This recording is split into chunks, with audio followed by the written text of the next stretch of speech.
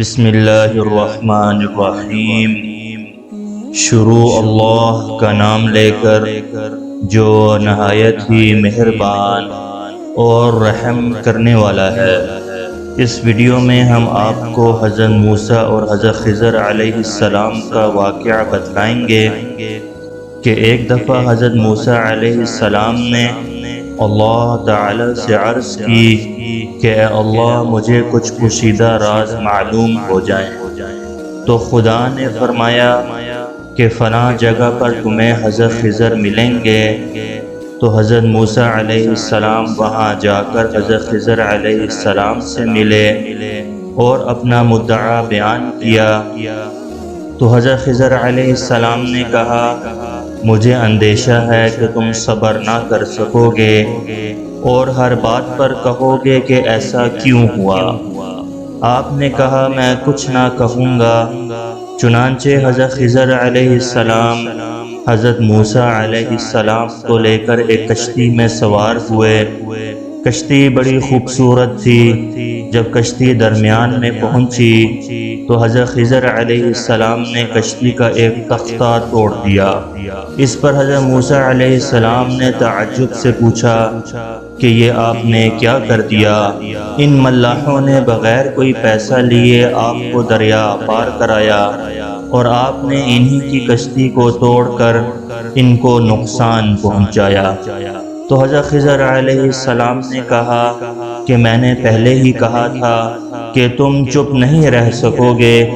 تو حضرت موسیٰ علیہ السلام نے وعدہ کیا کہ اب میں نہیں بولوں گا۔ تو وہ آگے بڑھے تو دیکھا کہ چند لڑکے کھیل رہے تھے۔ تو حضرت خضر علیہ السلام نے بلا وجہ ایک لڑکے کو پکڑ کر ہلاک کر دیا۔ یہ دیکھ کر حضرت موسیٰ علیہ السلام سے برداشت نہ ہو سکا اور کہنے لگے کہ آپ نے کیوں بلا وجہ ایک معصوم لڑکے کو پکڑ کر ہلاک کر دیا؟ اس پر حضرت خضر علیہ السلام نے کہا کہ میں تو پہلے ہی کہہ چکا ہوں کہ تم باز نہیں رہ سکتے اور تم میرے ساتھی نہیں بن سکتے۔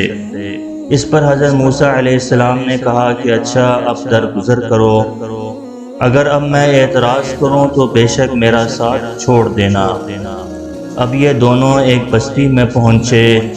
بھوک اور پیاس سے حضرت موسیٰ علیہ السلام تنگ ہو رہے تھے، مگر بستی والوں میں سے کسی نے ان کو پوچھا تک نہیں۔ اس بستی میں سے گزرتے ہوئے انہوں نے دیکھا کہ ایک مکان کی دیوار گرنے والی ہے۔ تو حضرت خضر علیہ السلام نے اپنے ہاتھ کے سہارے اس دیوار کو سیدھا کر دیا۔ حضرت موسیٰ علیہ السلام کو بہت تعجب ہوا، وہ رہ نہ سکے اور آخر کہہ دیا کہ یہ بات تو میری سمجھ میں نہیں آئی کہ اس گاؤں والوں نے تو تمہیں پوچھا تک نہیں اور تم نے بغیر مزدوری کے ان کی دیوار درست کر دی۔